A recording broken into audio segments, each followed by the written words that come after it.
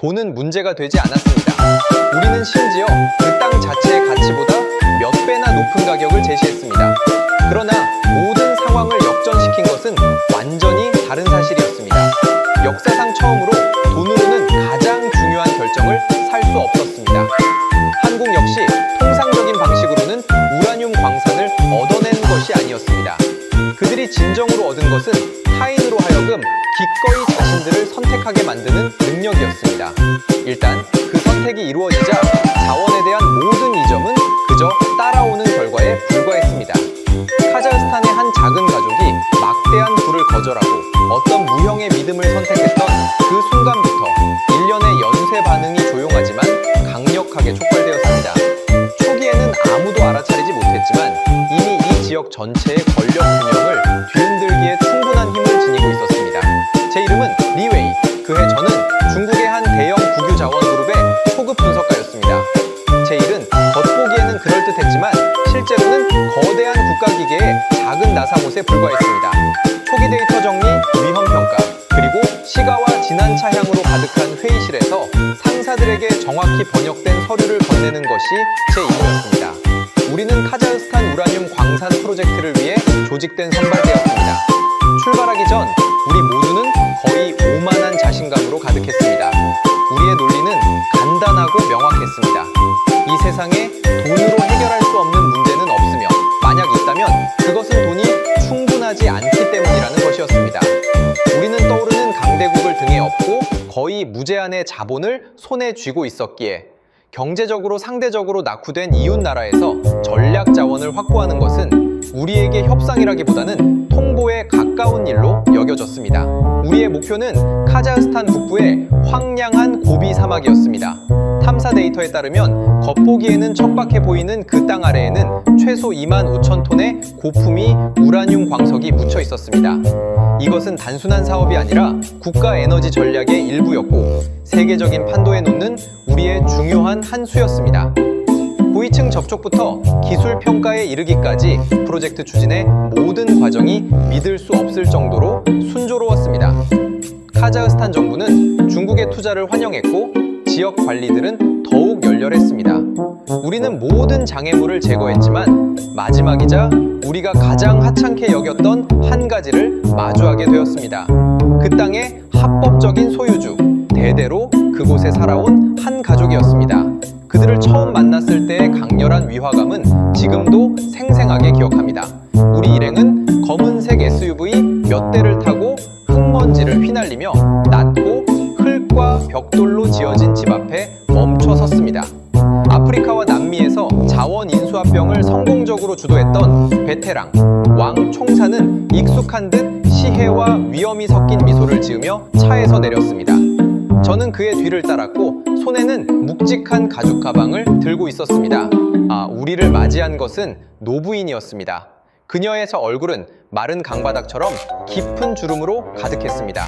머리 수건을 쓰고 있었고 오래된 우물처럼 고요한 눈빛에서는 어떤 감정도 읽을 수 없었습니다. 그녀의 아들과 며느리는 그녀 뒤에 서서 다소 불안해 보였습니다. 왕 총사는 통역사를 통해 단호한 어조로 우리의 방문 목적과 관대한 제안을 설명했습니다. 그 금액은 지금도 기억하는데 그 가족이 수도 누르술탄 당시 아스타나치에 호화로운 저택 몇 채를 사고 3대가 평생 풍족하게 살 수 있을 만큼 엄청난 액수였습니다. 상자가 열리고 그 안에는 가지런히 놓인 탈러 현금이 어두운 방 안에서 기묘한 빛을 발했습니다. 이것은 우리가 가장 익숙하고 자신감 있는 언어였습니다. 그러나 노부인은 그저 조용히 한번 쳐다보고는 고개를 들고 러시아어와 카자흐어를 섞어 아주 짧은 말을 했습니다.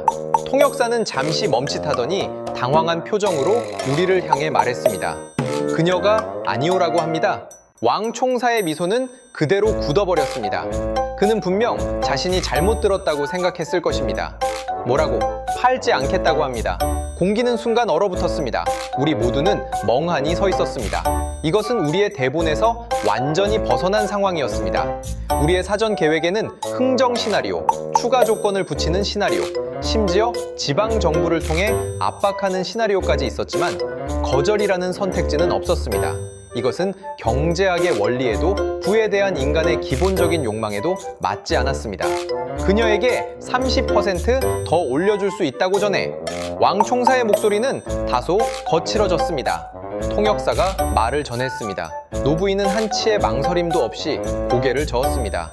50%. 그녀는 다시 고개를 저었습니다. 그 순간 저는 전례 없는 황당함을 느꼈습니다.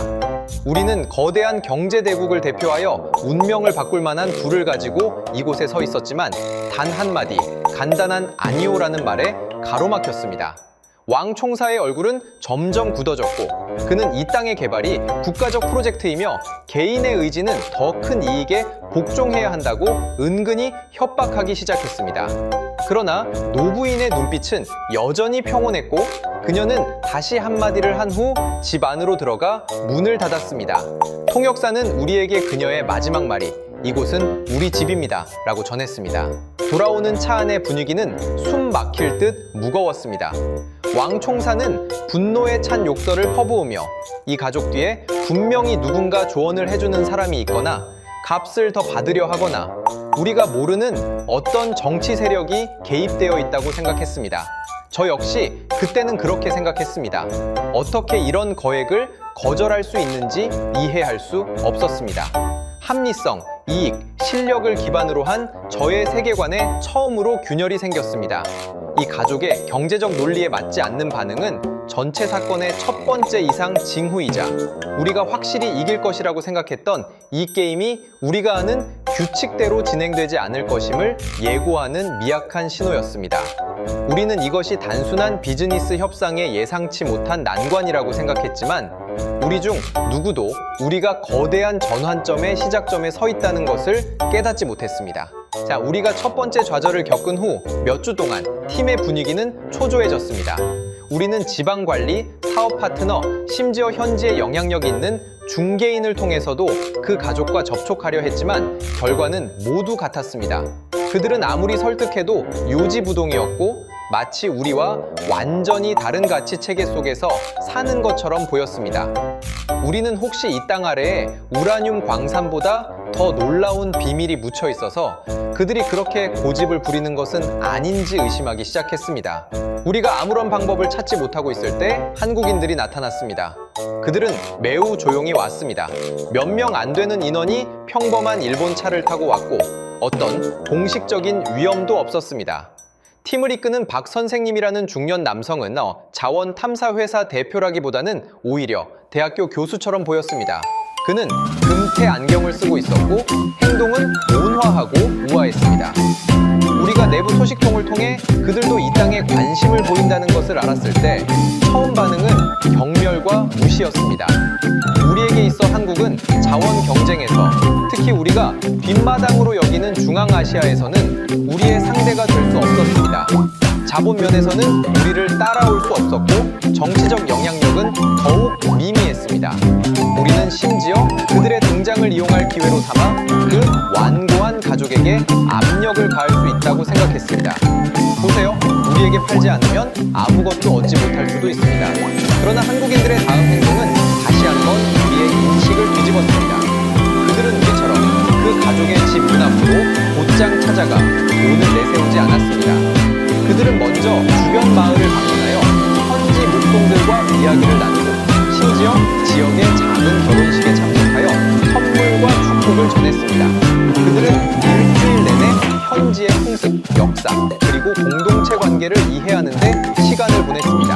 그리고 나서야 그들은 그 가족을 방문했습니다. 우리가 심어놓은 첩보원이 전해준 소식은 저를 매우 놀라게 했습니다. 박 선생님은 돈이든 어떤 상자도 가져가지 않았습니다.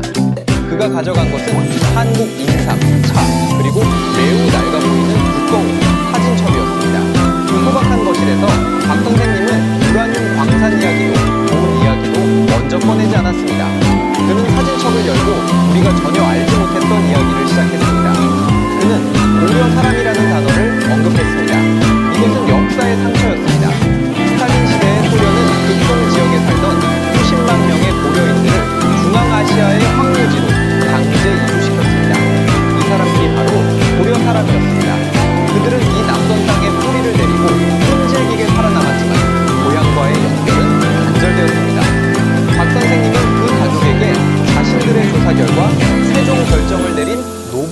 조상들이 바로 당시 이곳으로 이주당했던 고려 사람 중 한 명이었다고 말했습니다. 그 순간 저는 첩보원의 단편적인 보고를 통해 현장 공기의 변화를 느낄 수 있는 것 같았습니다. 이전에 우리가 대했던 모든 협상 대상, 지주, 상인, 관리들, 이 정체성이 이 순간 근본적으로 바뀌었습니다. 그들은 더 이상 카자흐스탄의 평범한 가족이 아니라 공동의 피와 역사적 기억을 가진 동포가 된 것입니다. 박 선생님은 당신의 땅을 사러 왔습니다 라고 말하지 않았습니다. 그는 이렇게 말했습니다. 우리는 흩어진 친척을 찾으러 왔으며 여러분과 함께 조상들이 남겨주신 유산을 잘 지키고 싶습니다. 그는 이 땅 아래 우라늄 광산의 거대한 가치를 확인했지만 그가 제시한 것은 인수 제한이 아니라 우리가 들어본 적 없는 협력 방안이었습니다. 그는 한국 측이 기술과 자금을 제공하고 카자흐스탄 측, 즉 이 가족이 토지로 출자하는 합작물 회사를 설립할 것을 제안했습니다. 이 가족은 회사 지분을 영구적으로 보유하고 미래의 모든 수익을 공유하게 될 것이었습니다. 그들은 자신들의 보금자리를 잃지 않을 뿐만 아니라 이 땅의 진정한 주인과 관리자가 될 것이었습니다. 그들은 마을에 학교와 병원을 짓고 현지 주민들을 우선 고용하며 이 프로젝트를 지역 공동 번영의 모범으로 만들겠다고 약속했습니다. 이것은 거래에서 관계로의 치명적인 전환이었습니다. 우리의 이전 모든 노력은 매매라는 차가운 논리에 기반했습니다. 우리는 그들을 해결해야 할 대상, 돈으로 공략해야 할 요새로 보았습니다. 그러나 한국인들은 그들을 연결해야 할 파트너로 보았습니다. 왕 총사가 사무실에서 이 보고를 들었을 때 그는 처음으로 당황한 표정을 지었습니다. 그는 거듭 물었습니다. 지분? 영구적이라고? 그들이 미쳤나? 이건 어떤 사업 모델에도 맞지 않아? 네, 이것은 우리가 배우고 믿었던 어떤 사업 모델에도 맞지 않았습니다. 그러나 그것은 더 오래되고 더 강력한 논리, 즉 인심의 논리, 혈연의 논리, 신뢰의 논리에 부합했습니다. 한국인들이 이 상업적 경쟁을 역사, 정체성, 그리고 가족의 미래에 대한 대화로 조용히 전환시켰을 때 우리는 이미 산에서 밀려나 있었습니다.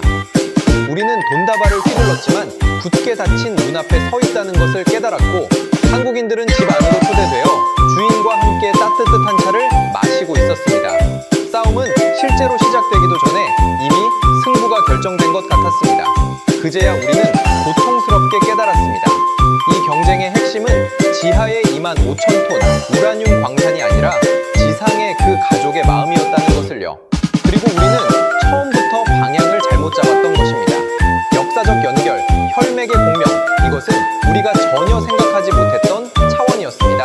우리의 전략 매뉴얼에는 지정학, 경제적 지렛대, 자원 비축 같은 차갑고 거대한 단어들 뿐이었습니다. 우리는 지도의 선을 긋고 보고서의 수익을 계산하며 모든 것을 숫자로 정량화하는 데 익숙했습니다. 그러나 한국인들은 우리가 완전히 낯선 전장, 감정과 문화적 정체성의 전장을 활성화시켰습니다.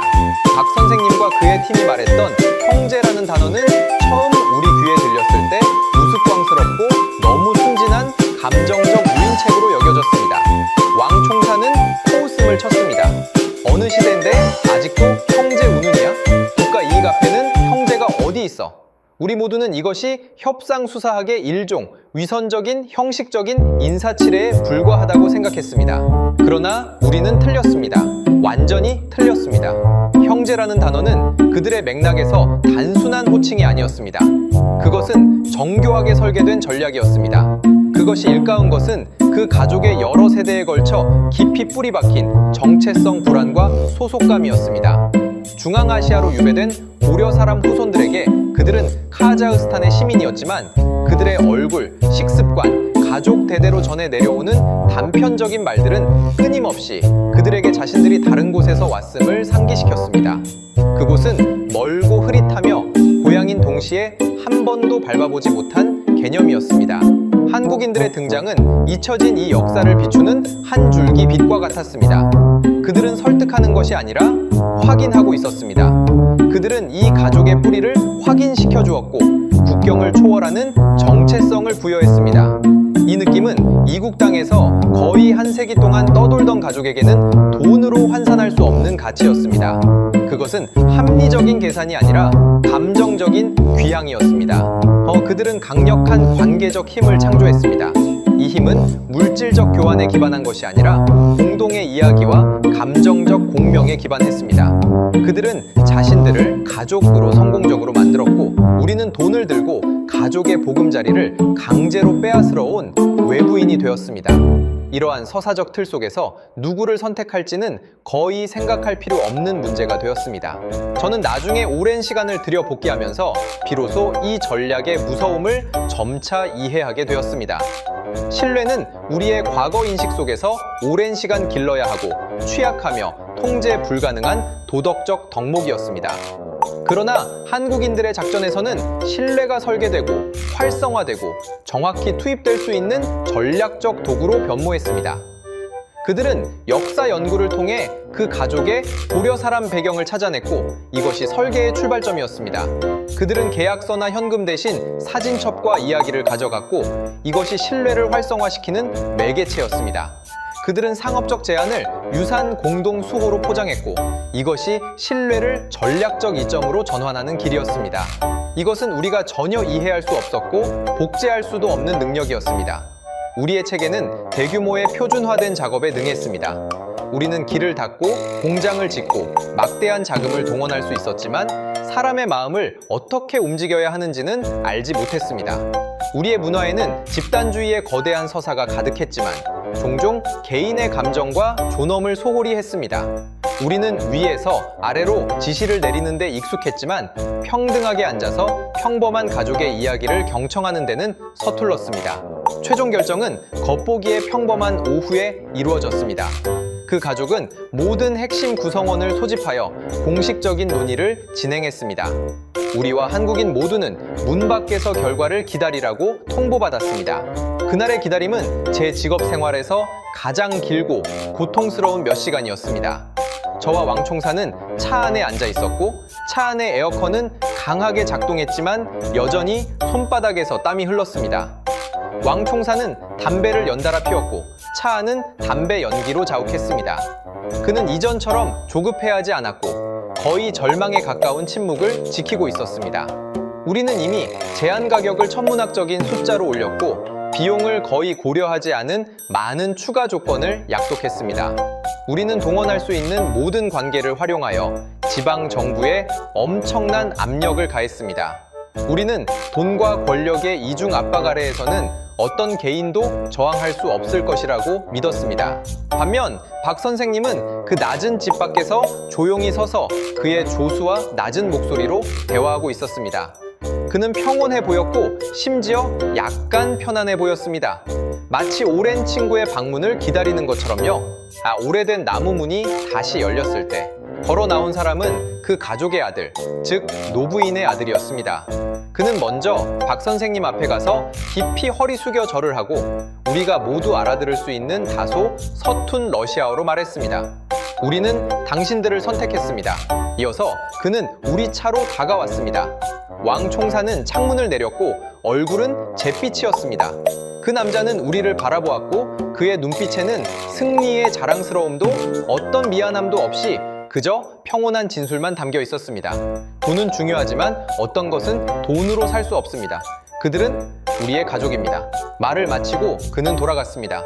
그 순간 제 눈앞에서 세상이 무너지는 것 같았습니다. 우리가 프로젝트를 잃었기 때문이 아니라 제가 믿고 살아왔던 법칙이 제가 이해할 수 없는 힘에 의해 완전히 깨져버렸기 때문입니다.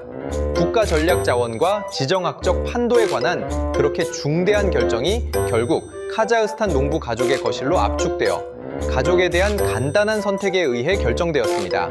이것이 가장 무력하고 두려운 부분이었습니다. 거시적인 지정학적 경쟁의 최종 승부가 극도로 미시적인 개인의 선택에 달려 있었다는 것입니다. 우리는 재력에서 진 것도 아니고 기술에서 진 것도 아니며 정치적 힘에서 진 것도 아니었습니다. 우리는 인심에서 졌습니다. 우리는 우리가 그동안 가장 하찮게 여기고 가장 허황되다고 생각했던 것, 즉 신뢰에 졌습니다. 차가 시동을 걸고 천천히 그 마을을 떠났습니다. 뒤를 돌아보니 박 선생님과 그 가족이 함께 서 있었고 햇살이 그들 위에 쏟아져 따뜻한 유화 같았습니다. 그리고 우리는 마치 다른 세상의 침입자들처럼 차가움과 실패를 가득 안고 쓸쓸히 퇴장했습니다. 그날부터 저는 우리가 그동안 굳게 믿어왔던 실력이 과연 무엇인지 진정으로 의심하기 시작했습니다. 돈과 권력이 지배하는 우리가 구축한 세상이 과연 우리가 생각했던 것처럼 견고한 것일까요? 만약 그 가족의 선택이 전체 사건의 전환점이었다면 그 다음에 일어난 일들은 한국인들이 얼마나 심오하고 치밀한 전략을 펼쳤는지 저에게 완전히 깨닫게 해주었습니다. 그들의 시야는 이미 그 땅 자체를 넘어섰습니다. 협정 체결 직후 그 결정을 내렸던 가족의 경우 16세 손녀는 한국 정부의 전액 장학금을 받고 서울로 고등학교를 다니러 갔으며 미래에는 한국 최고의 대학인 서울대학교에 직행할 예정이었습니다. 이 소식이 전해졌을 때 우리 팀 내부의 반응은 복잡했습니다. 어떤 이들은 이것이 한국인들의 매수이자 거래의 일부, 즉 원칙적이면서도 더 품위 있는 지불 방식이라고 생각했습니다. 왕총사는 비웃으며 말했습니다. 남의 자식을 인질로 잡다니 꽤 괜찮은 수로군. 저 역시 처음에는 그런 견해에 기울어져 이것이 영리하고 통제적인 조치라고 생각했습니다. 그러나 시간이 흐를수록 저는 우리의 이해가 얼마나 피상적이었는지 깨닫게 되었습니다. 그 소녀의 이름은 아이글이었습니다. 그녀는 단순히 유학을 가는 학생이 아니었습니다. 그녀는 살아있는, 피와 살이 있는 연결고리였습니다. 그녀는 상징이자 부호였고 이 신뢰의 다리 위 가장 견고한 교각이었습니다. 우리가 과거에 이해했던 사회 기반 시설은 도로, 철도, 성유관처럼 눈에 보이고 만져지는 강철과 콘크리트였습니다. 우리는 이런 것들을 건설하는 데 능숙했고 이러한 물리적인 연결이야말로 가장 신뢰할 수 있다고 믿었습니다. 하지만 한국인들은 우리에게 교훈을 주었습니다. 그들은 우리가 상상조차 하지 못했던 유형의 사회 기반 시설, 사람을 핵심으로 하는 연결망을 구축했습니다. 아이굴의 한국 생활은 소셜미디어를 통해 가족들과의 잦은 통화를 통해 끊임없이 카자흐스탄의 작은 마을로 전해졌습니다. 그녀는 예쁜 교복을 입고 학교 축제에 참여하고 한국 친구들과 함께 노래방에 가고 제주도로 여행을 떠났습니다. 그녀의 눈에는 새로운 세계에 대한 호기심과 기쁨이 가득했습니다. 그녀가 공유하는 모든 사진, 그녀가 들려주는 모든 이야기는 알게 모르게 그 가족, 나아가 마을 전체의 한국에 대한 호감과 신뢰를 깊게 만들었습니다. 자, 그녀는 문화대사가 되었습니다. 그녀를 통해 한국은 더 이상 멀고 모호한 국가 개념이 아니라 구체적이고 선의와 기회가 가득한 곳이 되었습니다. 그곳에는 그녀의 선생님, 친구들, 그리고 미래의 희망이 있었습니다. 이러한 개인적인 감정으로 엮인 무대는 어떤 상업대학보다도 훨씬 더 견고했습니다. 더 중요하게는 그녀는 정보와 신뢰의 중개 스테이션이 되었습니다. 프로젝트 실행 과정에서 지역사회와의 마찰이나 환경 영향에 대한 우려는 어떤 문제가 발생했을 때 박 선생님의 회사는 항상 공식적인 경로로 소통하지 않았습니다. 때로는 서울에 있는 대표를 통해 아이돌과 이야기를 나누기도 했습니다. 아이돌은 다시 이 정보를 가장 친근하고 일상적인 방식으로 할머니에게 전달했습니다. 우리가 여러 차례의 힘든 협상을 거쳐야만 해결될 것이라고 생각했던 많은 난제들이 그들 사이에서는 종종 조손 간의 전화 한 통으로 말끔히 사라지곤 했습니다. 할머니, 박 아저씨들이 그러는데 새로 들여온 드릴 장비 소리가 좀 클 수도 있지만 낮에만 작업하고 마을 집집마다 이중창을 달아주겠대요. 할머니, 학교 한국 선생님이 마을에서 무료 한국어 강좌를 열고 싶어 하시는데 할머니 생각은 어떠세요? 그제야 우리는 비로소 깨달았습니다.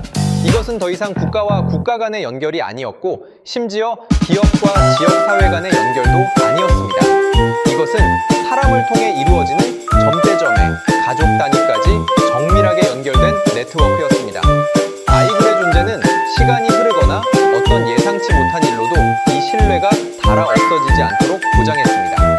그녀는 마치 바다를 안정시키는 신침처럼 이 관계를 굳건히 보정하고 있었습니다. 반대로 우리는 무엇을 제공할 수 있었을까요? 우리는 그 마을에 더 호화로운 학교를 지어줄 수 있었겠지만 우리가 파견한 선생님들은 아이굴처럼 고향말로 아이들과 이야기할 수 없었을 것입니다. 우리는 더 현대적인 설비를 갖춘 병원을 기증할 수 있었겠지만 있었지만 우리의 의사들은 현지인들이 특정 전통 치료법에 대해 가지는 신뢰를 이해하지 못했을 것입니다. 우리는 물질적인 것을 줄 수 있었지만 마음에서 우러나오는 감정적 연결과 문화적 정체성을 줄 수는 없었습니다. 우리는 철저히 실패했습니다. 왜냐하면 우리는 시종일관 현대지정학에서 사람 자체가 가장 강력하고 가장 탄력적인 사회 기반 시설이 될 수 있다는 것을 깨닫지 못했기 때문입니다. 중국은 카자흐스탄, 나아가 중앙아시아 전체의 수많은 도로와 철도를 건설했지만 한국인들은 16세 소녀 한 명만으로 사람의 마음을 관통하는 길을 건설했습니다. 그리고 이 길은 우리의 불도저로는 결코 도달할 수 없는 길이었습니다. 우라늄 광산의 소유권과 협력 방식이 확정된 후 한국인들의 행동은 놀라운 효율성과 체계성을 보여주었습니다. 이것은 그들의 이전 온정주의 전략이 단순한 공허한 감정 조작이 아니라 그 뒤에 극도로 강력한 산업 및 기술력이 뒷받침되어 있음을 다시 한번 깨닫게 해주었습니다. 그들은 처음부터 단순히 자원을 소유하는 것을 목표로 한 것이 아니라 채굴, 운송, 가공, 최종 사용에 이르는 완전한 순환 시스템을 구축하려 했습니다. 이것은 자원력에서 시스템력으로의 전환이었습니다. 우리는 과거에 누가 광산을 소유하느냐가 권력을 쥐는 것이라고 착각하는 경우가 많았습니다. 하지만 한국인들의 방식은 우리에게 진정으로 강력한 것은 정적인 자원을 소유한 사람이 아니라 자원의 흐름을 통제할 수 있는 사람이라는 것을 알려주었습니다. 첫째는 채굴입니다. 그들은 환경 파괴가 큰 전통적인 노천 채굴 방식을 사용하지 않고 당시 가장 진보된 현장 침출 채광법을 도입했습니다. 이 기술은 지하 광층에 화학 용액을 주입하여 우라늄을 용해시킨 후 지상으로 추출해내는 방식으로 지표면 손상을 극적으로 줄였습니다. 이 결정 자체가 고도의 홍보 전략이었습니다. 그들은 현지 사회와 카자흐스탄 정부에 자신들이 자본뿐만 아니라 친환경적이고 지속 가능한 기술을 가져왔음을 보여주었습니다. 이는 당시 환경 문제로 해외에서 비난받던 일부 중국 기업들의 이미지와 극명한 대비를 이루었습니다. 제가 당시 담당했던 한 프로젝트는 분진과 폐수 문제로 현지 주민들의 수개월간 시위에 시달려 골머리를 앓고 있었습니다. 한국인들의 방식을 보며 저는 처음으로 기술적으로 뒤처진다는 강렬한 좌절감을 느꼈습니다. 둘째는 운송입니다. 카자흐스탄은 내륙국임으로 채굴된 우라늄 광석을 안전하고 효율적으로 운송하는 것이 큰 과제였습니다. 우리의 원래 계획은 국경에 있는 우리 철도망과 연결되는 전용 중량 고속도로를 건설하는 것이었습니다. 이것은 거대하고 비용이 많이 드는 공사였습니다. 반면 한국인들의 계획은 훨씬 더 유연하고 은밀했습니다. 그들은 대규모 인프라를 건설하지 않고 국제 운송 자격을 갖춘 복잡한 배경의 여러 물류 회사들과 장기 계약을 맺었습니다. 이 회사들은 중앙아시아와 코카서스 지역에 뿌리 깊은 관계망을 가지고 있어 기존의 심지어는 반관반민의 운송 경로를 활용하여 옐로케이크 우라늄 정광을 여러 차례에 걸쳐 눈에 띄지 않는 방식으로 카스피해 항구로 운반하고 해상 운송을 통해 한국으로 보냈습니다. 이렇게 분산되고 고도로 비밀스러운 운송 네트워크는 그들의 공급망을 탄력적이면서도 추적하고 차단하기 어렵게 만들었습니다. 가장 중요한 것은 통제와 사용입니다. 그들은 카자흐스탄 국영 원자력 회사와 합작 연구개발센터를 설립하여 우라늄 정제 및 전환 기술을 공동 연구했습니다. 이것 또한 기발한 한 수였습니다. 그들은 더 이상 단순한 자원 약탈자가 아니라 기술 수출자이자 파트너였습니다. 그들은 카자흐스탄이 자국의 핵산업 기술 수준을 향상시키도록 도왔고 카자흐스탄을 자신들의 기술 시스템과 산업 체인에 깊이 연결시켰습니다. 이는 미래에 카자흐스탄이 다른 국가와 협력하려 하더라도 기술 표준과 인력 훈련의 경로 의존성 때문에 한국을 우선적으로 고려하게 될 것임을 의미했습니다. 전체 과정은 정밀하게 작동하는 기계와 같았습니다. 고비 사막 아래의 광석에서부터 한국 원자력 발전소의 핵연료봉에 이르기까지 모든 단계가 완벽하게 설계되었습니다. 그들이 구축한 것은 단순한 매매 관계가 아니라 한국을 중심으로 하는 국경을 초월한 고도로 통합된 에너지 생태계였습니다. 이 모든 상황이 전개되는 것을 보면서 제 마음은 경외감과 형언할 수 없는 한기로 가득 찼습니다. 저는 우리가 처음부터 상대를 과소평가했다는 것을 깨달았습니다. 우리는 이것이 누가 더 강력한 순발력을 가지고 있는지, 누가 더 많은 돈을 가지고 있는지를 겨루는 100m 달리기라고 생각했습니다. 하지만 한국인들은 처음부터 마라톤을 뛰고 있었고, 그들은 지구력, 지혜, 그리고 시스템적 배치 능력을 겨루고 있었습니다. 우리는 광산을 어떻게 캐낼지 생각했지만 그들은 전체 산업 체인을 이곳에 심을 방법을 생각했습니다. 이 시스템이 초기에 구축되어 작동하기 시작했을 때 우리는 비로소 뒤늦게 깨달았습니다. 우리가 잃은 것은 단순한 우라늄 광산이 아니라 중앙아시아 핵에너지 분야에서 향후 수십 년간의 주도권이었다는 것을요. 자원을 소유하는 것이 강함을 의미하는 것이 아니라 자원을 안정적이고 효율적이며 자신이 주도하는 시스템으로 전환할 수 있는 능력이 진정한 힘이었습니다. 그리고 이 시스템의 핵심에는 여전히 최초의 그 가족이 신뢰를 바탕으로 내렸던 선택이 뛰고 있었습니다. 그 미미하고 인간적인 시작점이 결국 우리가 흔들 수 없는 거대한 지정학적 실체로 성장했던 것입니다. 베이징의 반응은 예상대로 분노였습니다. 우리에게 이것은 단순한 상업적 실패를 넘어 우리 앞마당에서 벌어진 치욕적인 지정학적 패배였습니다. 우리는 한국이라는 우리가 작은 나라라고 여겼던 나라가 이런 식으로 중앙아시아에서 우리의 전통적 영향력에 도전하는 것을 용납할 수밖에 없었습니다. 그리하여 맹렬한 하드파워 방역전이 시작되었습니다. 우리는 가장 익숙하고 가장 효과적이라고 생각했던 무기, 즉 경제적 압력을 사용했습니다. 첫 번째 전략은 가격 전쟁이었습니다. 중국은 세계의 중요한 우라늄 생산국이자 소비국이며 우리는 거대한 시장 영향력과 상당한 규모의 전략 비축량을 가지고 있습니다. 우리는 재고의 일부 우라늄을 국제시장에 체계적으로 쏟아내어 인위적으로 세계 우라늄 가격을 낮추기 시작했습니다.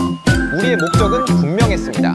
한국과 카자흐스탄이 합작한 프로젝트가 생산 초기부터 손실을 입게 만드는 것이었습니다. 채굴 비용이 시장 가격보다 높아지면 어떤 상업 프로젝트도 지속될 수 없습니다.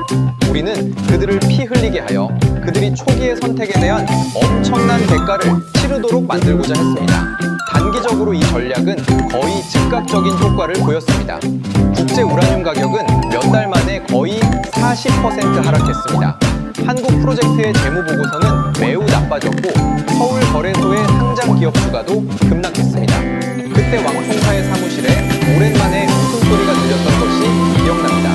그는 컴퓨터 화면의 녹색 주가 곡선을 가리키며 저에게 말했습니다. 일시 봤지? 이게 바로 실력이야. 감성 스토리, 절대적인 힘 앞에서는 아무 가치도 없어. 그들은 곧 우리에게 다시 돌아와 애원할 거야. 두 번째 전략은 공급망 타격이었습니다. 우리는 지역 내 영향력을 이용하여 한카 합작화 회사에 서비스를 제공하는 공급업체들을 압박했습니다. 여기에는 일부 핵심 화학물질 공급업체, 장비 유지보수 회사, 그리고 이전에 언급했던 물류 회사들이 포함되었습니다. 우리는 그들에게 더 유리한 계약을 제시하는 동시에 한국 측과 계속 협력할 경우 중국에서의 사업에 문제가 생길 것이라고 암시했습니다. 이것은 거부할 수 없는 선택이었습니다. 곧 한국 측 프로젝트는 크고 작지만 끊임없는 난관에 봉착했습니다. 장비의 핵심 부품이 고장났는데 재고가 없어 2달을 기다려야 한다는 통보를 받았고 옐로케이크를 운반하는 차량은 항상 알 수 없는 국경 검문소에서 장시간 억류되어 검사를 받았습니다. 프로젝트 전체가 수렁에 빠졌습니다. 그들의 생산 효율은 크게 떨어졌고 비용은 계속 상승했습니다. 한국 국내에서도 정부의 해외 투자가 너무 성급하고 순진했다는 비판의 목소리가 나오기 시작했습니다. 그 기간 동안 저는 우리가 꼭 성공할 것이라고 거의 확신했습니다. 저는 하드파워에 익숙하고 강력한 위력을 보았고 그것은 단순하고 거칠지만 엄청나게 효과적이었습니다. 그것은 거대한 로드롤러처럼 모든 정교한 책략과 따뜻한 이야기를 짓밟아 버렸습니다. 제 내면의 동요와 혼란은 다시금 이 익숙한 힘의 감각으로 가라앉는 듯 했습니다. 저는 스스로에게 이전의 실패는 단순한 사고였을 뿐 세상은 결국 원래의 잔혹한 규칙대로 움직인다고 되뇌었습니다. 그러나 우리가 승리를 눈앞에 두었다고 생각했을 때 한국인들은 다시 한번 움직였습니다. 그리고 이번에는 그들의 방식이 우리의 마지막 자신감마저 완전히 무너뜨렸습니다. 진정한 전환점은 경제적 측면에서 온 것이 아니라 서사의 완전한 재구축에서 비롯되었습니다. 우리의 경제적 압박에 직면하여 한국인들은 가격 전쟁에서 우리와 정면으로 맞서 싸우지 않았습니다. 그들은 그것이 계란으로 바위치기라는 것을 알았습니다. 그들이 선택한 것은 다시 한번 그들의 가장 익숙한 무기 이야기를 집어드는 것이었습니다.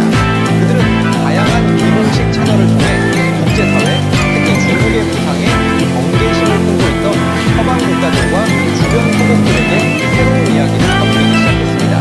이 이야기의 핵심은 더 이상 상업적 협력이나 자원 개발이 아니라 새롭게 떠오르는 민주국가 한국과 소련의 그림자에서 벗어난 중앙아시아 국가 카자흐스탄의 에너지 자립을 돕고자 했으나 이로 인해 이웃한 패권 국가 중국의 무자비한 탄압을 받았다는 것이었습니다. 자, 그들은 우리의 가격 전쟁과 공급망 타격을 상업적 경쟁 행위에서 경제적 강압과 지정학적 괴롭힘으로 재정의했습니다.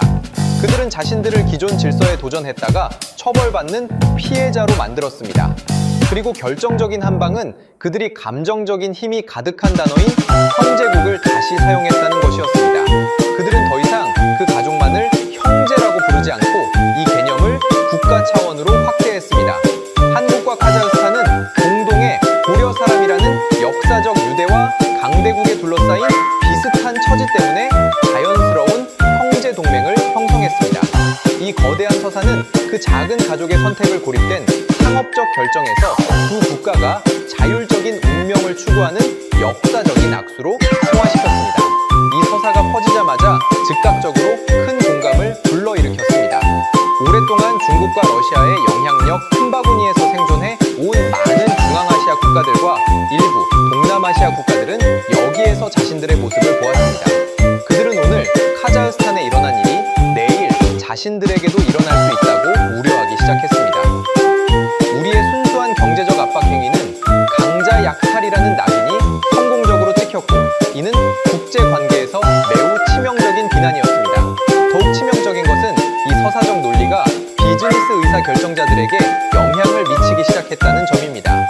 원래 우리의 압력 아래에서 흔들리던 공급업체와 고객들은 위험을 재평가하기 시작했습니다. 그들은 중국과의 협력이 단기적으로 낮은 가격과 혜택을 가져다 줄 수 있지만 장기적으로는 막대한 정치적 위험과 불확실성을 감수해야 한다는 것을 깨달았습니다. 일단 어떤 결정이 중국 측의 이익에 부합하지 않으면 목줄이 잡히는 운명에 처할 수 있다는 것이었습니다. 이에 비해 한국과의 협력은 가격이 더 높을 수 있지만 더 안정적이고 예측 가능하며 평등한 파트너십을 의미했습니다. 안정성과 전략적 안보는 많은 경우 가격보다 더 중요한 고려 요소였습니다. 그리하여 극적인 반전이 일어났습니다. 원래 협력을 중단했던 일부 회사들이 한카 합작호 회사와의 관계를 조용히 재개했습니다. 일부 국제금융기관들도 이 어려움에 처한 프로젝트에 관심을 보이며 위기를 극복하는 데 도움이 될 저금리 대출을 제공하겠다고 나섰습니다. 한국인들은 가격 전쟁에 단 한 푼도 쓰지 않았지만 이야기를 바꾸는 방식으로 모든 참여자들의 기대를 완전히 바꾸어 놓았습니다. 사람들이 더 이상 눈앞의 가격만을 보지 않고 장기적인 전략적 안보를 고려하기 시작하자 우리의 경제적 압력은 무력화되었습니다.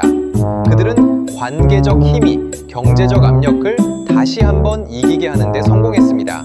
그 순간 저는 베이징 본부 회의실에 앉아 국제 여론 변화에 대한 분석 보고서를 보면서 온몸에 한기를 느꼈습니다.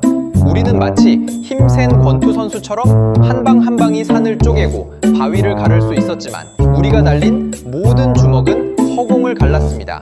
반면 상대는 겉보기에는 약해 보이는 상대였지만 우리 귀에 조용히 이야기를 들려주는 것만으로 우리의 모든 힘을 무의미하게 만들었습니다. 우리는 21세기에 서사 자체가 하나의 무기가 될 수 있다는 것을 처음으로 깨달았습니다. 그리고 그것은 항공모함이나 금융자본보다 더 파괴적일 수 있습니다. 우리는 졌습니다. 기꺼이 인정할 수밖에 없었고 동시에 어리둥절했습니다. 왜냐하면 우리는 심지어 마지막까지도 우리가 도대체 어떻게 졌는지 완전히 이해하지 못했기 때문입니다. 국제 여론의 반전과 상업적 협력의 회복으로 한카 합작회 회사의 어려움은 해소되었습니다. 한국인들은 이에 그치지 않고 이러한 비공식적인 형제국 관계를 신속하게 합법화하고 제도화하는 단계로 나아갔습니다. 그들이 원했던 것은 단순한 상업적 반전이 아니라 영구적이고 법적 구속력을 지닌 전략적 동맹이었습니다. 얼마 후 대대적으로 주목받은 국빈 방문에서 한국과 카자흐스탄은 에너지, 첨단 기술, 사회 기반 시설 건설, 농업, 심지어 군사기술 교류 등 여러 분야에 걸쳐 대규모 협력 협정을 공식적으로 체결했습니다. 그리고 그 우라늄 광산 협력 프로젝트는 양국 전략적 신뢰의 초석으로 협정문에서 가장 눈에 띄는 위치에 놓였습니다. 이 조인식의 의미는 경제적 범주를 훨씬 넘어섰습니다. 그것은 정치적 선언이었습니다. 이는 카자흐스탄의 대외 정책이 더 이상 북쪽 러시아와 동쪽 중국 두 가지 선택지만 있는 것이 아님을 전 세계에 알렸습니다. 이제 카자흐스탄은 해양 방향에서 오는 새로운 전략적 지지점, 한국을 갖게 된 것입니다. 이것은 우리에게 큰 타격이었습니다. 우리는 중앙아시아를 우리의 전략적 앞마당이자 에너지 공급의 안정적인 원천으로 여겨왔습니다. 우리는 이곳에서 주도적인 역할을 하는데 익숙했습니다. 그러나 한국은 우라늄 광산 프로젝트를 통해 쐐기처럼 우리가 가장 견고하다고 생각했던 지역에 정확히 박혔습니다. 그들은 자원을 가져갔을 뿐만 아니라 더 중요한 것은 현지의 권력 구조를 바꾸어 놓았습니다. 카자흐스탄은 더 이상 우리에게 전적으로 의존해야 하는 이웃 국가가 아니었습니다. 그것은 새로운 균형 능력을 얻었습니다. 이제 카자흐스탄은 미중더월한 사이에서 능숙하게 외교를 펼치며 자국 이익을 극대화할 수 있게 되었습니다. 이는 투자로 영향력을 얻으려 했던 우리의 과거 방식이 효력을 잃기 시작했음을 의미합니다. 한국인들은 이 지역의 모든 국가들에게 새로운 가능성을 보여주었습니다.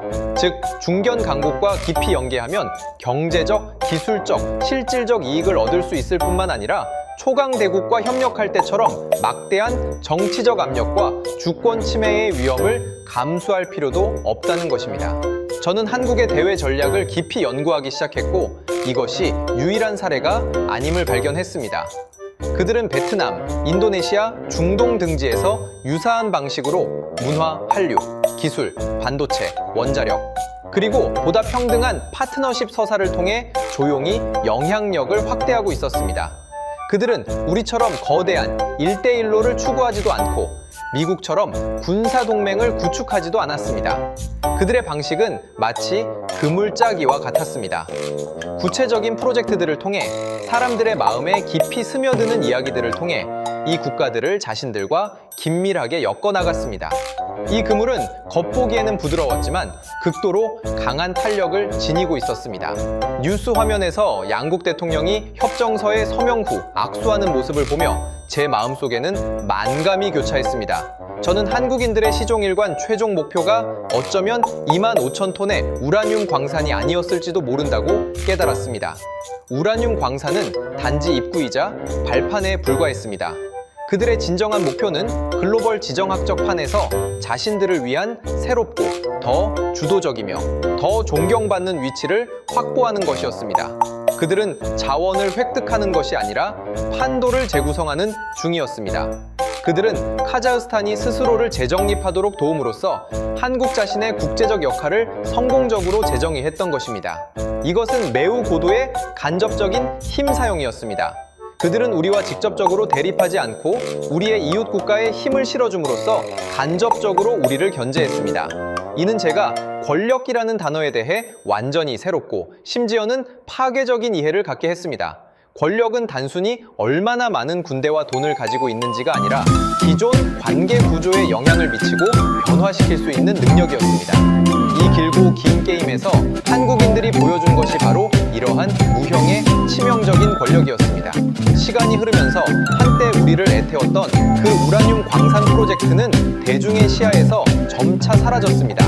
그것은 안정적으로 운영되는 고도로 비밀스러운 시스템이 되어 한국의 원자력 발전소에 끊임없이 연료를 공급했습니다. 한국의 전략적 우라늄 비축량도 조용히 전례 없는 수준에 도달했습니다. 그러나 진정으로 중요한 것은 이 우라늄 광석이 최종적으로 어디에 사용되었는가가 아니라 그것들을 소유하고 있다는 사실 그 자체였습니다. 이것은 한국에 완전히 새로운 힘, 즉 억지력을 가져다 주었습니다. 이러한 억지력은 전통적인 의미의 군사적 억지력과는 달랐습니다. 한국은 물론 이러한 우라늄으로 핵무기를 만들 의도가 없었고 만들 수도 없었습니다. 그 억지력은 에너지 안보와 경제적 자율성에서 발휘되었습니다. 오늘날처럼 에너지 의존도가 높은 세상에서 한 국가의 에너지 공급 안정성은 그 경제의 생명선과 정치적 독립성을 직접적으로 좌우합니다. 이 안정적인 우라늄 공급원을 확보하기 전까지 한국의 원자력 발전은 국제시장에서 핵연료를 구매하는 데 크게 의존했습니다. 이는 그들의 에너지 정책이 국제 우라늄 가격 변동, 지정학적 분쟁, 심지어 주요 공급국, 캐나다, 호주, 나아가 중국과 러시아 등의 정치적 의지에 쉽게 영향을 받을 수 있다는 의미였습니다. 공급 중단 위기가 발생하면 국가 전체가 마비될 수도 있었습니다. 하지만 이제 상황은 완전히 달라졌습니다. 카자흐스탄에서 오는 장기적이고 안정적이며 자신들이 부분적으로 통제하는 우라늄 공급원을 손에 넣음으로써 한국은 글로벌 에너지 위기에 직면했을 때 막대한 완충 공간과 협상력을 갖게 되었습니다. 다른 국가들이 에너지 가격 급등으로 골머리를 앓을 때 그들은 국내 전기 요금을 상대적으로 안정적으로 유지할 수 있습니다. 특정 강대국들이 에너지를 무기로 정치적 압력을 가하려 할 때 그들은 아니오라고 말할 수 있는 배짱을 갖게 된 것입니다. 이런 힘은 평소에는 보이지도 만져지지도 않습니다. GDP 성장률 데이터에도 나타나지 않고 어떤 재무 보고서에도 등장하지 않습니다. 하지만 그것은 마치 든든한 다처럼 격동하는 국제정세 속에서 한국이라는 배를 단단히 붙잡아줍니다. 그것은 사용하지 않을 때 가장 강력한 힘입니다.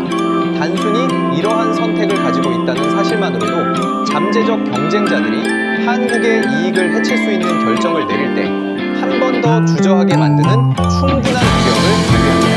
저는 서울의 어느 정책 결정 핵심부에서 배넌 형님이 가져다준 이러한 자신감이 조용히 한국의 대외적 태도를 변화시키고 있음을 볼 수 있는 듯했습니다. 그들은 국제 협상에서 더욱 자신감을 얻고 지역 협력에서 더욱 적극적으로 변모했습니다. 그들의 목소리는 더 많은 사람들에게 들리기 시작했습니다. 이러한 지위의 상승은 구호를 외치거나 군사적 확장을 통해서가 아니라 견고한 물질적 기반 위에 구축된 것이었습니다. 이 모든 과정을 되짚어보면 그 작은 가족의 거절에서 시작하여 형제국 처사의 구축, 그리고 시스템의 확립, 마지막으로 이 운영의 억지력의 형성까지 저는 명확하고 긴밀하게 연결된 논리적 도리를 보았습니다. 한국인들이 얻어낸 것은 단순한 우라늄이 아니라 구조적 권력, 즉 게임의 규칙을 바꾸고 새로운 규칙 속에서 자신들이 유리한 위치를 점할 수 있는 능력이었습니다. 그리고 이 모든 것은 사람에 대한 그들의 깊은 이해에서 비롯되었습니다. 그들은 신뢰가 전략적 자산으로 전환될 수 있고 감정이 견고한 동맹을 구축할 수 있으며 평범한 소녀의 미소가 궁극적으로 국가의 억지력으로 변모할 수 있음을 알고 있었습니다. 이것은 소프트 파워와 하드 파워를 완벽하게 결합하는 예술이었고 당시 우리가 전혀 도달할 수 없었던 경지였습니다.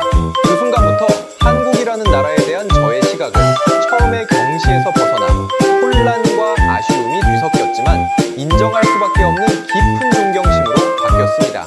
전체 사건에 대한 저의 이해가 깊어질수록 특히 수년이 지난 후 단편적인 정보와 내부 복귀 보고서를 통해 저는 이 웅장한 그림 뒤에 숨겨진 또 다른 면, 즉 의도적으로 감춰진 그림자와 말할 수 없는 회색 지대를 점차 보게 되었습니다. 권력은 아무리 따뜻하고 고귀하게 포장된다 할지라도 본질적으로 대가와 타협을 수반합니다. 한국인들의 그 완벽해 보이는 신뢰 전략 또한 흰백의 영역만은 아니었습니다. 한국으로 보내진 아이굴이라는 소녀는 정말 단순한 행운의 유학생이었을까요? 아니면 사실 선의로 포장된 인질이었을까요? 그녀의 존재는 멀리 카자흐스탄에 있는 그 가족이 영원히 한국의 이익과 함께 서게 만들었습니다. 그녀가 누린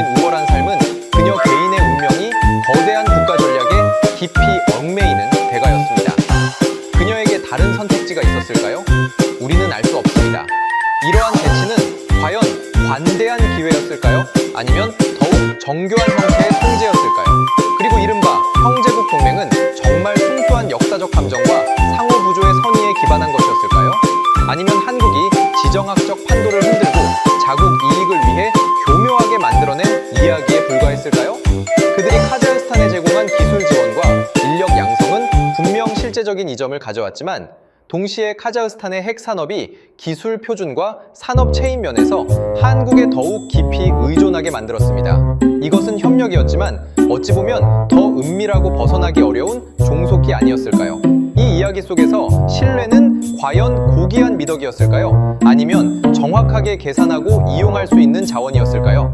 박 선생님과 그의 팀의 모든 행보는 인간 본성에 대한 통찰력과 따뜻함으로 가득했지만 동시에 모든 행보는 냉정하고 명확한 전략적 목표를 향하고 있었습니다. 감정과 이익을 완벽하게 융합하는 이러한 능력은 감탄스럽기도 했지만 동시에 섬뜩하기도 했습니다. 이는 저를 더 깊은 사색에 빠뜨렸습니다. 우리의 초반 실패는 우리의 수단이 너무 거칠고 직접적이었으며 돈과 권력 같은 단단한 것들만을 보았기 때문이었습니다. 반면 한국인들의 성공은 신뢰, 문화, 감정 같은 부드러운 도구들을 활용했기 때문이었습니다. 하지만 그 따뜻한 외피를 벗겨내면 그 본질은 모두 국가 이익의 극대화를 위한 것이 아니었을까요? 이러한 관점에서 볼 때 이것이 정말 문명이 야만을 이긴 싸움이었을까요? 아니면 단지 두 가지 다른 형태의 권력 게임, 즉 더 고도화되고 정교한 정글의 법칙이었을까요? 저는 답을 찾지 못했습니다. 어쩌면 이 현실 세계에는 흑백 논리의 답이란 애초에 존재하지 않을지도 모릅니다. 지정학의 판에서는 절대적인 선과 악이란 없으며 영원한 이익과 더 고도의 수단만이 있을 뿐입니다. 한국인들은 권력 게임 자체를 소멸시킨 것이 아니라 게임의 방식을 재정의했을 뿐입니다. 그들은 권력이 항상 근육과 돈의 형태로 나타나는 것이 아니라 미소, 이야기, 그리고 포옹의 형태일 수도 있다는 것을 세상에 보여주었습니다. 이러한 인식은 저에게 깊은 모순과 불안감을 안겨주었습니다. 한편으로는 그들의 전략적 정교함과 인간 본성에 대한 깊은 이해의 경의를 표하면서도 다른 한편으로는 그 뒤에 숨겨진 냉정한 계산을 외면할 수 없었습니다. 이것이 아마 성숙의 대가일 것입니다. 우리는 이 세상의 복잡성을 받아들이고 거대한 성공 뒤에는 항상 햇빛이 비추지 않는 회색 지대가 존재한다는 것을 인정해야만 합니다. 이 거래가 그 카자흐스탄 가족에게 카자흐스탄이라는 나라에게 과연 행운이었을까요? 아니면 더 장기적인 속박이었을까요? 이 질문은 아마 더 오랜 시간이 지나야 답을 찾을 수 있을 것입니다. 수년이 흘렀고 저는 이미 그 자원 그룹을 떠나 벤처 투자와 전략 컨설팅 분야에서 일하고 있습니다. 당시의 사람들과 사건들은 대부분 기억 속에 묻혀버렸습니다. 왕 총사는 나중에 또 다른 해외 프로젝트 실패로 한직으로 밀려나 조기 퇴직했습니다. 박 선생님은 승승장구하여 한국의 모 대형 에너지 그룹 고위 임원이 되었다고 합니다. 그리고 그 카자흐스탄 가족, 그 이야기의 시작점도 점차 사람들의 시야에서 멀어졌습니다. 그러던 어느 날 우연히 아직 중앙아시아에서 일하는 옛 동료에게서 그 노부인에 대한 한 조각 이야기를 듣게 되었습니다. 소문에 따르면 프로젝트가 몇 년간 안정적으로 운영된 후 한 유럽 언론사가 이 약자가 강자를 이긴 이야기의 자세한 내막을 파헤치기 위해 인터뷰를 왔다고 합니다. 기자는 노부인에게 중립적인 질문을 던졌습니다. 대략적인 내용은 당시 중국 측의 막대한 재물과 거대한 압력, 그리고 프로젝트 초기 여러 난관에 직면했을 때 좀 더 쉽고 확실해 보이는 길을 선택하지 않은 것을 단 한순간이라도 후회했는지 하는 것이었습니다. 노부인은 그때 이미 훨씬 더 늙었지만 눈빛은 여전히 그 옛날처럼 평온했습니다. 그녀는 통역을 통해 단 한마디를 했습니다. 동료가 전화로 그 말을 저에게 들려줄 때 저는 마치 다시 그 뜨거운 오후로 제 세계관을 무너뜨렸던 그 순간으로 돌아간 것 같았습니다. 그녀는 말했습니다. 당신의 아이가 오랫동안 길을 헤매다 드디어 당신을 찾아왔을 때 그 아이가 가장 귀한 선물을 가져오지 않았다고 해서 문전박대할 수 있나요? 이렇게 간단하고 또 간단할 수 없는 한마디는 마치 번개처럼 지난 세월 제가 해왔던 모든 분석, 복귀, 그리고 권력, 전략, 회색지대에 대한 복잡한 사유들을 관통했습니다. 그렇습니다. 우리 같은 이른바 엘리트, 분석가, 전략가들은 항상 복잡한 모델로 세상을 해체하고 거창한 단어로 모든 것을 정의하는 데 익숙합니다. 우리는 관계적 힘, 시스템적 권력, 무형의 사회 기반 시설을 논하며 모든 것을 계산하고 조작할 수 있는 패로 봅니다. 우리는 한국인 전략의 본질을 꿰뚫어 보았다고 자만하며 그것이 정교한 이익 교환과 고도의 서사구축의 승리라고 여겼습니다. 하지만 우리는 모두 틀렸을지도 모릅니다. 어쩌면 이 모든 것의 시작점에서 가장 핵심적인 곳에서 전체 사건의 역전을 이끌어낸 것은 어떤 복잡한 전략 설계가 아니라 그저 한 노인의 가장 소박하고 직관적인 판단이었을지도 모릅니다. 그녀가 본 것은 두 경쟁 국가가 아니라 두 가지 극명하게 다른 태도였습니다. 한쪽은 돈과 오만을 가지고 와 그녀의 집을 지도해서 지워버리려는 낯선 사람이었고, 다른 한쪽은 역사와 존중을 가지고 와 잃어버린 친척을 찾는 가족이었습니다. 그녀의 선택은 우리가 상상하는 그런 이해득실의 저울질을 거치지 않았을 수도 있습니다. 그것은 감정의 본능, 혈육의 직감이었습니다. 그리고 나중에 일어난 모든 일, 그 소녀의 유학, 그 시스템의 구축, 그 국가의 부상, 이 모든 웅장하고 우리가 수없이 분석했던 거대 서사는 이 간단하고도 거의 연약한 시작점 위에 구축된 것에 불과했습니다. 그 노인의 첫 신뢰가 마치 씨앗처럼 결국 우리가 흔들 수 없는 거대한 나무로 자라났던 것입니다. 그 순간 저는 제가 줄곧 강하게 부정해왔던 한 가지 사실을 마침내 받아들일 수밖에 없었습니다. 데이터와 알고리즘이 지배하는 이 시대에도 가장 강력한 힘은 어쩌면 가장 오래되고 가장 정량화할 수 없는 인간의 감정들일지도 모른다는 것을요. 신뢰, 존중, 그리고 우리는 한 가족입니다라는 간단한 한마디가 결정적인 순간에 만 톤의 황금보다 더 큰 무게를 지닐 수 있다는 것을요. 이 길고 긴 게임은 결국 그 시작점으로 돌아왔습니다. 뒤에 노인판이 아무리 복잡하고 선수들이 아무리 교묘하다 할지라도 결국 승패를 결정하는 것은 판 자체의 가장 소박한 질감이었던 것입니다. 이것은 과연 신뢰에 대한 공화일까요? 아니면 전략적 조작에 대한 교과서적인 사례일까요? 어쩌면 현실 세계에서는 이 둘 사이의 경계가 우리가 생각하는 것보다 훨씬 더